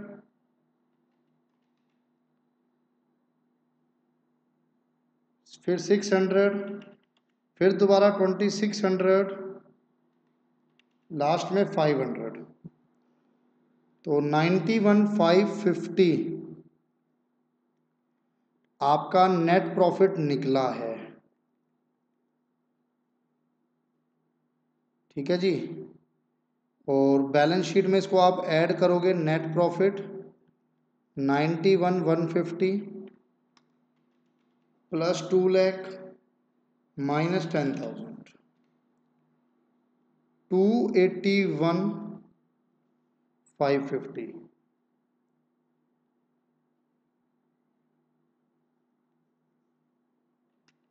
प्लस 500, उल्टा चलता हूँ, 40,000, 5700 प्लस 700 प्लस 15,000 प्लस 281550।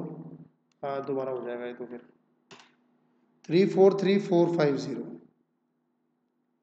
343450 में से माइनस करते हैं 74,000, 10,500, 25,000, 1,000, 40,000, 1,500, 400, 23750, 3,800,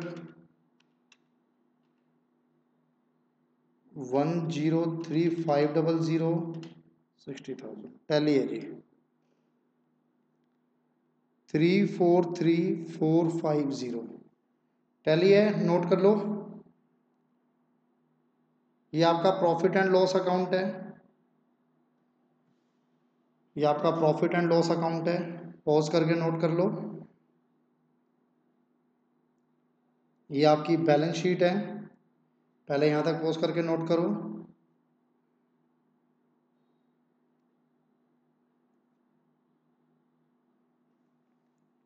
पॉज करके नोट कीजिए जी।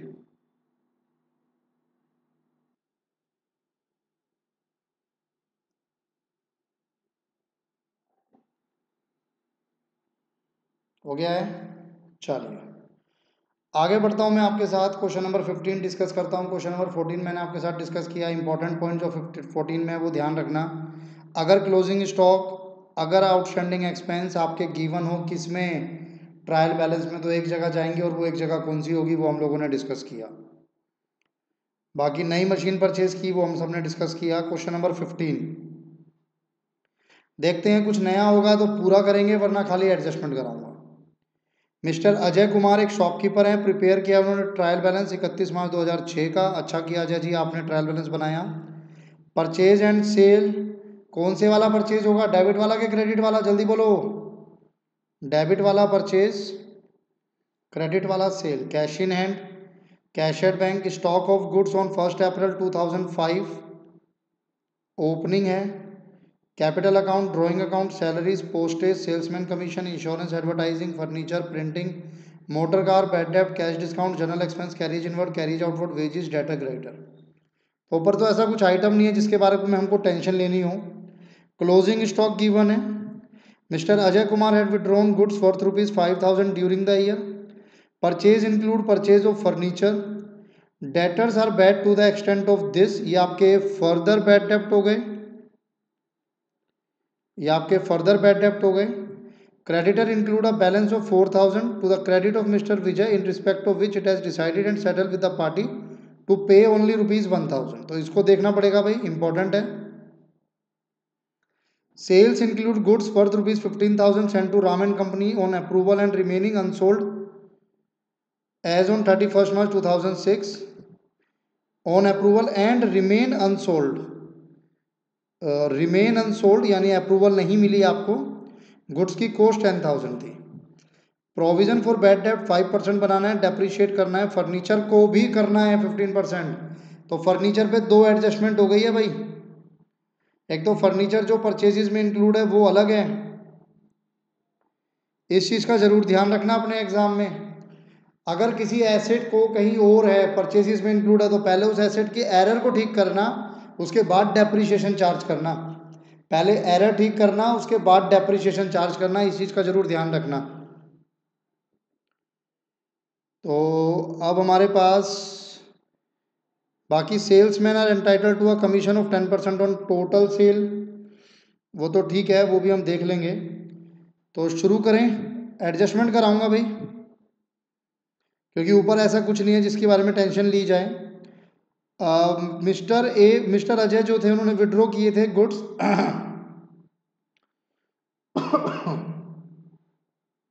सॉरी, मिस्टर अजय ने गुड्स विड्रॉ किए। तो जब आप गुड्स विड्रॉ करोगे तो वो परचेजेस में से एडजस्ट होंगे एक तो परचेजेस पे एडजस्टमेंट है। और वो कैपिटल में भी ड्राइंग माइनस होगा तो वो वहाँ भी देख लेंगे हम लोग।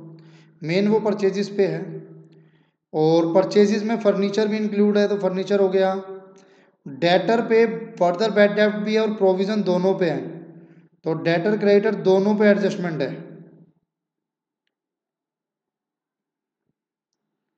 डेटर और क्रेडिटर दोनों पे एडजस्टमेंट है। सेल्स इंक्लूड, तो सेल्स ये सब पे भी एडजस्टमेंट है। सेल्स पे आपकी एडजस्टमेंट है, क्लोजिंग स्टॉक पे आपकी एडजस्टमेंट है, क्लोजिंग स्टॉक पे एडजस्टमेंट है, सेल्स पे एडजस्टमेंट है, इन सब पे एडजस्टमेंट है हमारी। और बैड सन्डी डेटर हो गया। फर्नीचर और मोटर कार पे भी है। कहाँ हो मोटर कार, ये रही। और सेल्समैन कमीशन पे भी है। चलिएगा करें शुरू, करते हैं शुरू। आंसर नंबर 15,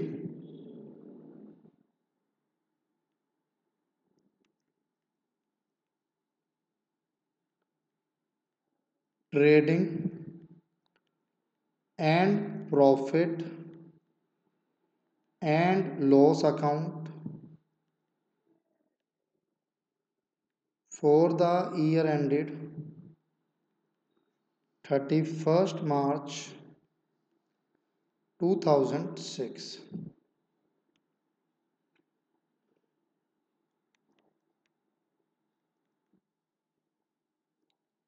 पर्टिकुलर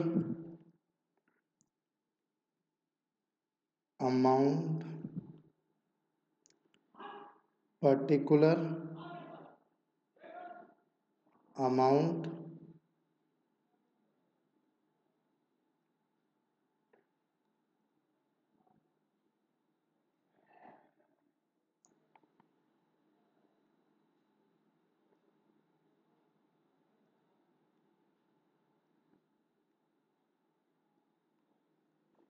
इसके अलावा बैलेंस शीट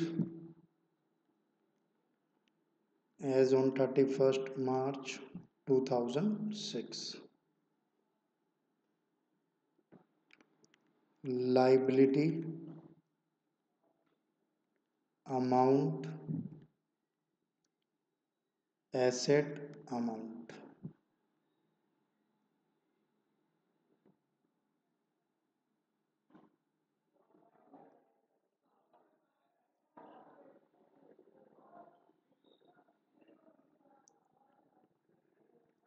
अमाउंट ठीक है जी, करें शुरू। चलिए सबसे पहले purchase and sale. Purchase 6/20, sale 8/30। By purchases 6/20 by sales 8/30। Purchase और सेल के बाद है, इन पे एडजस्टमेंट भी है तो एडजस्टमेंट देख लेते हैं चलो। परचेज पे पहले तो दो एडजस्टमेंट है।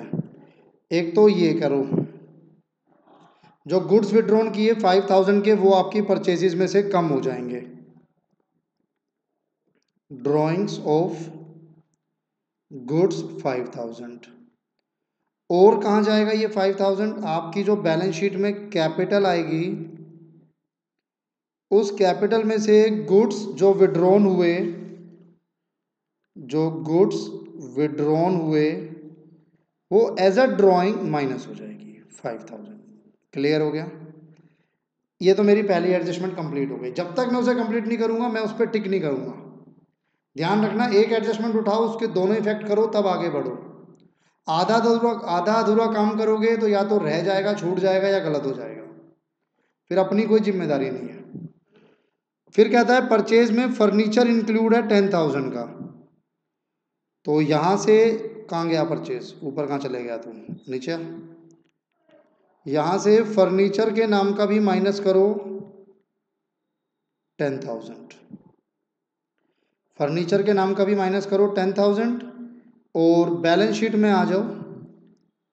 बैलेंस शीट में आप इसको परचेज के नाम से ऐड करोगे फर्नीचर को, जब फर्नीचर लिखेंगे तब। तो मैंने सेकंड एंट्री भी कर ली, तो मेरा परचेज की तो एंट्री हो गई। सेल्स पे भी कुछ था, कहाँ गया, ये रहा। सेल्स में इंक्लूड थी 15,000 की सेल, तो जो कि अप्रूव नहीं हुई, तो हमारी सेल को कम किया जाएगा बाय सेल्स। यहाँ पे आप अप्रूवल 15,000 को माइनस किया जाएगा। और इसका दूसरा इफेक्ट सेल से रिलेटेड ही डेटर पर होता है। जो भी आपके डेटर होते हैं उसमें से जितने अभी सेल अप्रूव नहीं हुई उतने से आपके डेटर कम हो जाते हैं। इससे क्या होगा ना, कोई जगह छूटेगी नहीं, कोई एडजस्टमेंट छूटेगी नहीं, लगातार करते चलो। तो मेरा ये इसका वाला पार्ट थोड़ा सा पूरा हो गया, थोड़ा सा रह गया, या मैं पूरा कर ही लेता हूँ। 10,000 की कॉस्ट थी, इससे मेरा क्लोजिंग स्टॉक इंक्रीज होगा। क्लोजिंग स्टॉक कितना है, 145 प्लस 10 कर लो। क्लोजिंग स्टॉक में 10,000 प्लस कर लो तो 155 हो जाता है। मैं यहां इसको शो कर देता हूं बाय क्लोजिंग स्टॉक 145 था, उसमें 10,000 ऐड कर लो अप्रूवल वाला, तो ये हो जाता है 155। ये हो जाता है आपके पास 155। तो अब मेरी ये वाली एंट्री जो है वो पूरी हो जाएगी। डन। तो मेरा सेल्स वाला पार्ट भी शायद पूरा हो गया है। फिर डेटर है, क्रेडिटर है, ये डेटर है, फर्नीचर पे है, मोटर कार पे। जी आगे बढ़ते हैं। परचेज और सेल के बाद cash in hand 4200,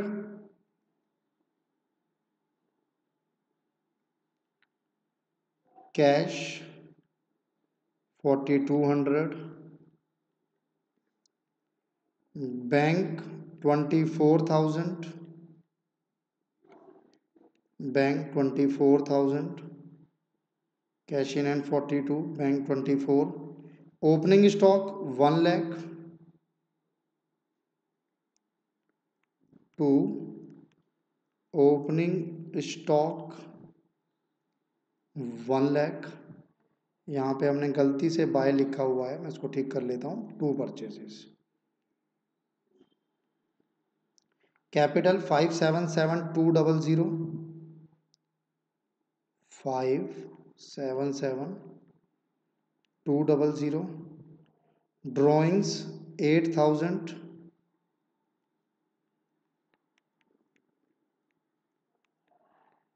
drawings 8,000। Salaries 64,000, indirect expense रहेगा।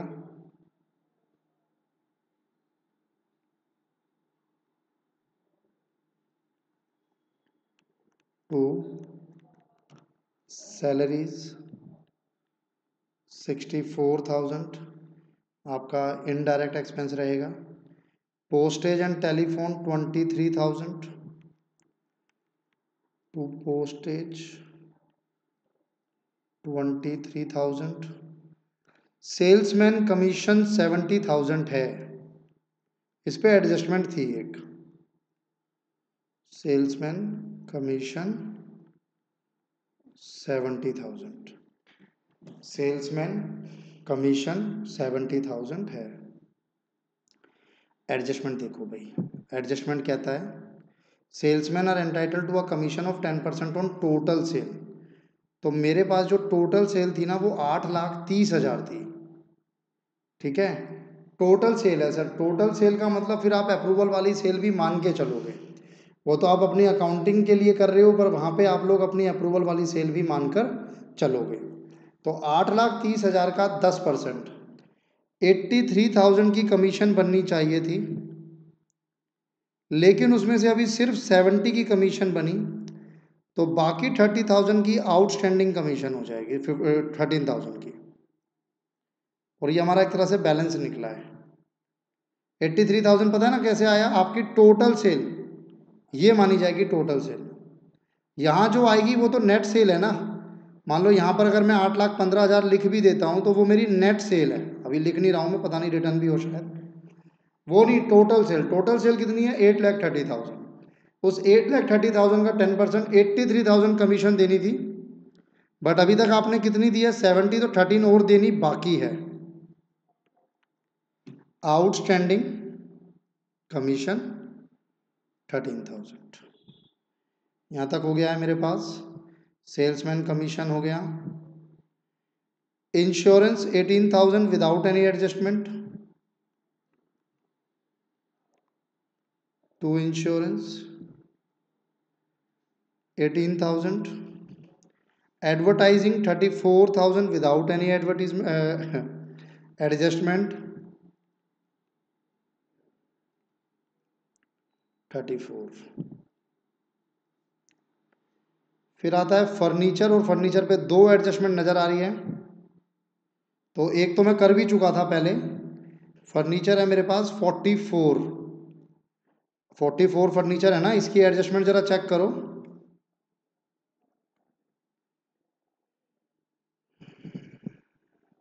एक एडजस्टमेंट मैं इसकी कर चुका हूँ, एडजस्टमेंट नंबर 3, एक ये वाली रह रही है। तो फर्नीचर पे आपको डेप्रीशिएशन लगाना है 15%। तो पहले इसमें से ये परचेज प्लस करो 54, फिर इस पे डेप्रीशिएशन लगाओ एट द रेट ऑफ 15%। 54,000 का 15% 8,100। 45,900, 8,100 की आपकी depreciation to depreciation on furniture. मैं बार बार बोल रहा हूँ, कोई एसेट से रिलेटेड कोई एरर है। हमने क्वेश्चन पहले भी देखा था जहाँ पर हमने एक साइकिल शेड बनाया था। अगर हम कोई साइकिल शेड बनाते हैं तो वो बिल्डिंग का पार्ट है, और फिर बिल्डिंग पे डेप्रीशिएशन भी थी, तो पहले डेप्रीशिएशन नहीं लगेगी, पहले साइकिल शेड उस बिल्डिंग में ऐड होगा फिर डेप्रीशिएशन लगेगी। ऐसे ही डेटर पे जो प्रोविज़न लगेगा वो सीधा प्रोविज़न नहीं लगेगा, पहले डेटर में अगर कुछ हटाना है कुछ बढ़ाना है वो करो फिर लगाना, ये ध्यान रखना इस चीज़ का। आगे बढ़ते हैं सर। फर्नीचर हो गया हमारे पास। फिर आता है प्रिंटिंग एंड स्टेशनरी 6,000, कोई एडजस्टमेंट तो है नहीं। तो printing and stationery 6,000 done. Motor car पर एडजस्टमेंट है, डेप्रीशिएशन की एडजस्टमेंट है। मोटर कार 96,000, डेप्रीसिएशन लगानी है मोटर कार पे 20%, depreciation at the rate of 20%,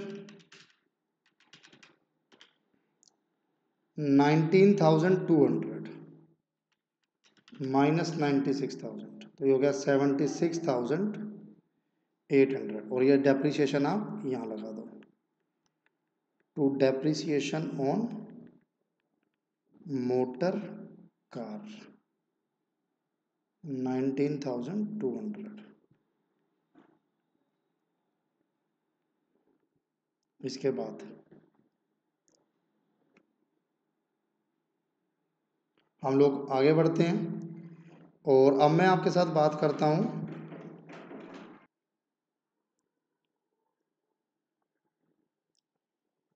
depreciation on motor car. Depreciation on motor car हमारा है, यहाँ तक मेरा हो गया, डेप्रीसिएशन वाली एंट्री पूरी हो गई, मोटर कार हो गया। बैड डेप्ट है 4,000, एक फर्दर बैड डेप्ट भी तो थे, हाँ फर्दर बैड डेप्ट भी थे, तो इसको देख लें जरा एक बार।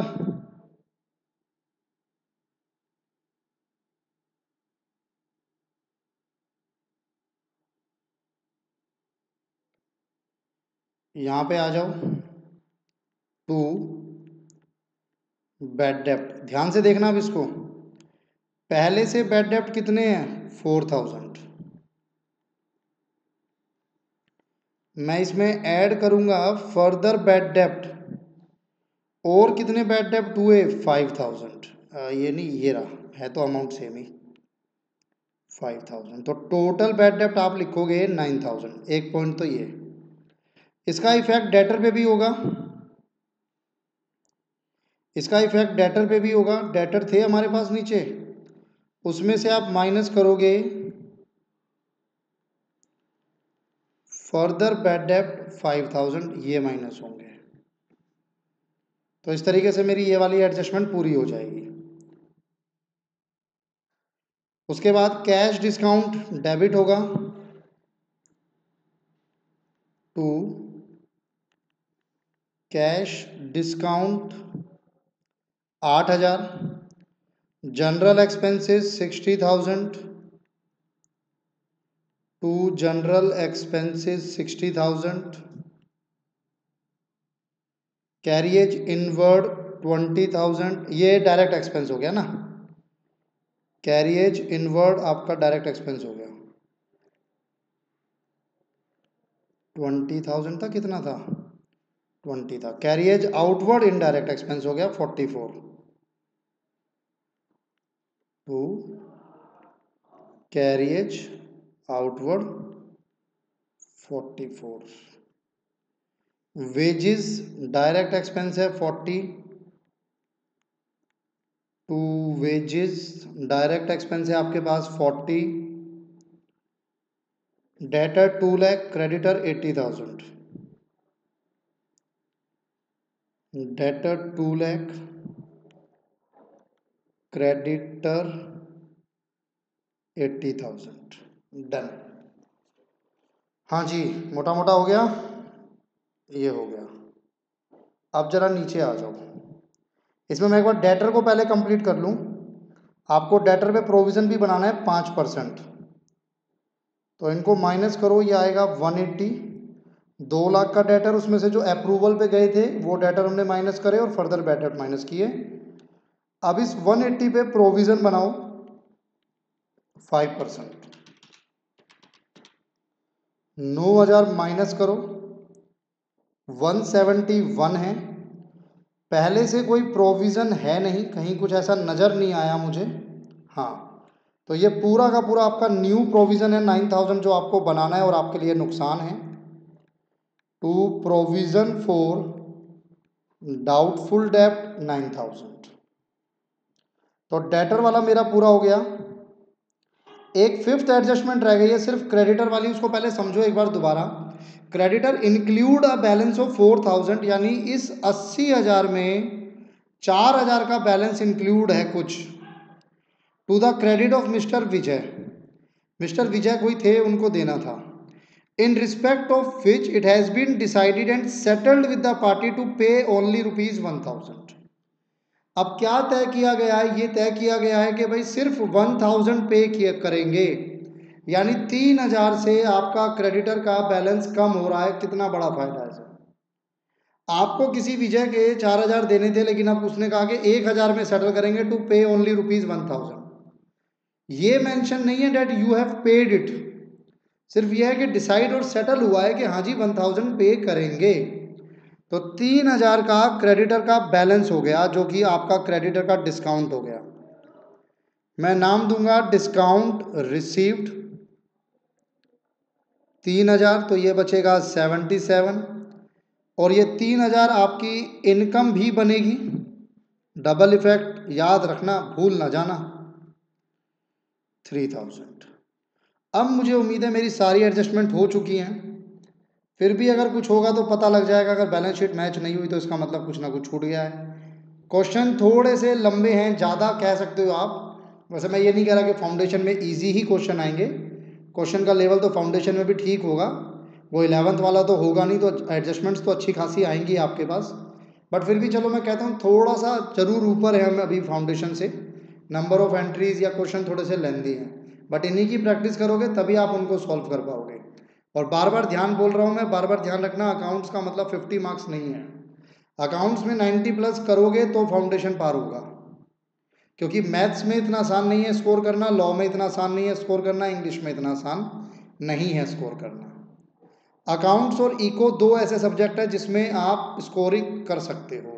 उसमें भी अगर एज देखेंगे तो अकाउंट्स के पास है, 90 प्लस अकाउंट्स में आने चाहिए, और अगर आप कॉमर्स स्टूडेंट हैं तब तो सर 90 से कम कुछ बनता ही नहीं आपका।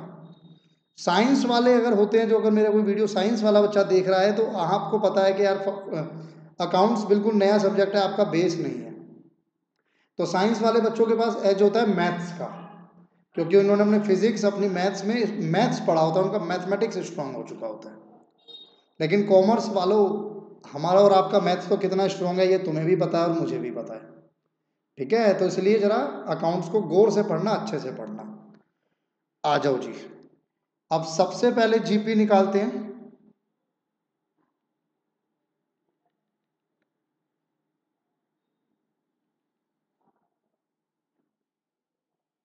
कहाँ चला जाता है? हाँ भाई जीपी आ जा।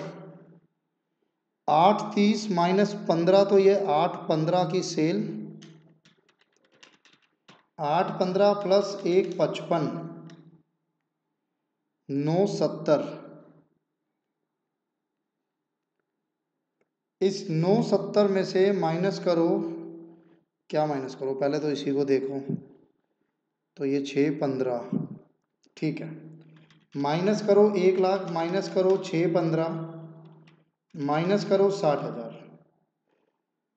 तो जीपी आते हैं, जीपी आया है हमारे पास 1,95,000 बैलेंसिंग फिगर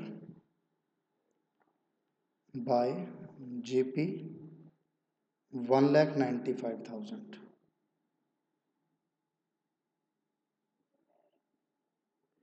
मुझे लगता नहीं है सर कि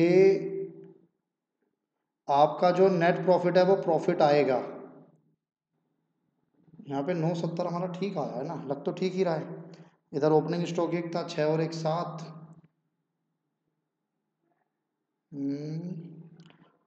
हाँ 195 है ना, 2 लाख है, ठीक है।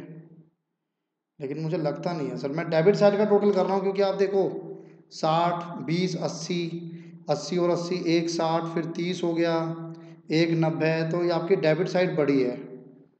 मैं डेबिट साइड का टोटल कर रहा हूँ 64,000 plus 23 plus 83 plus 18,000 plus 34,000 plus 8,100 plus 6,000, 19,200, 9,000, 8,000, 60,000,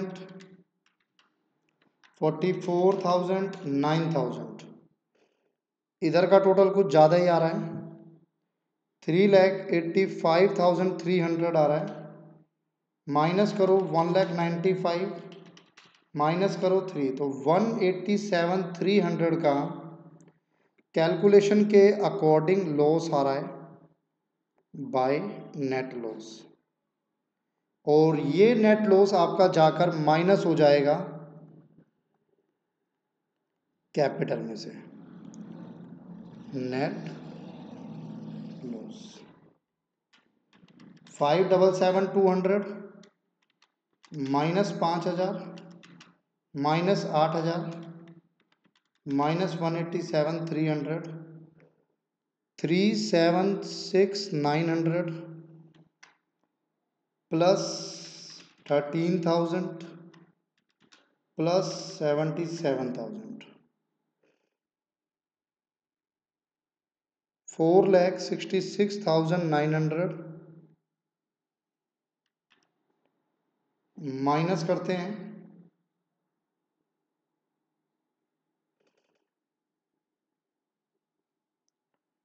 minus करते हैं, हालांकि मुझे कुछ डाउट सा लग रहा है, चलो फिर भी देखते हैं। 45,900 minus 171 minus 155 minus 4,200 minus 24,000 minus 76,800, 10,000 का कुछ डिफरेंस आ रहा है भाई, 10,000 का कुछ डिफरेंस आ रहा है, 10,000 का।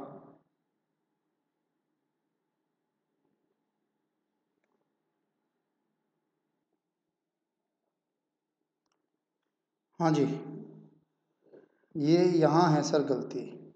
ये मैं आपको बता रहा हूँ ना, कैलकुलेशन एरर हो सकती है थोड़ी बहुत। अच्छा, मेरे साथ दिक्कत क्या होती है कि ये मेरे को ये बार बार इधर उधर स्विच और करना होता है, तो उसमें कई बार रह जाता है।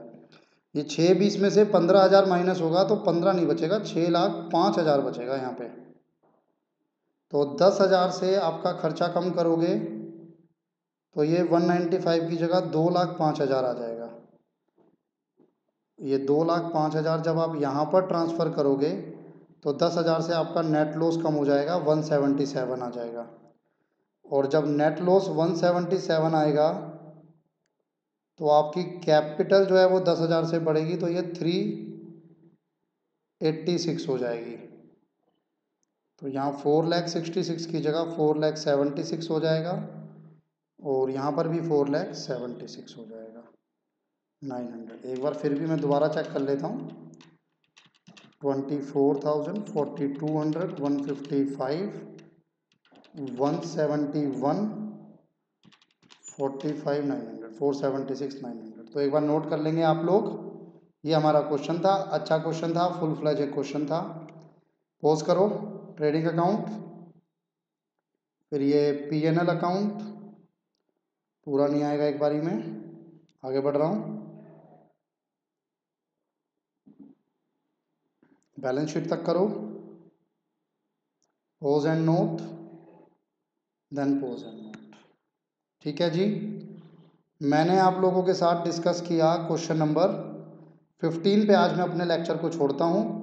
मोस्ट प्रोबेबली मुझे उम्मीद है कि हमारा नेक्स्ट लेक्चर या उससे नेक्स्ट लेक्चर, देखिए फाइनल अकाउंट चैप्टर भी बड़ा है, इसलिए इसमें नंबर ऑफ लेक्चर थोड़े ज़्यादा लगेंगे, तो या उससे नेक्स्ट लेक्चर में हमारा कंप्लीट हो जाएगा। तो आज के लिए इतना ही बचे। प्लीज़ जितने क्वेश्चन दे रहा हूँ ट्राई कीजिए, साथ के साथ रिवाइज कीजिए। नेक्स्ट क्लास में मिलते हैं इसी चैप्टर के साथ। थैंक यू बच्चे, बाय बाय।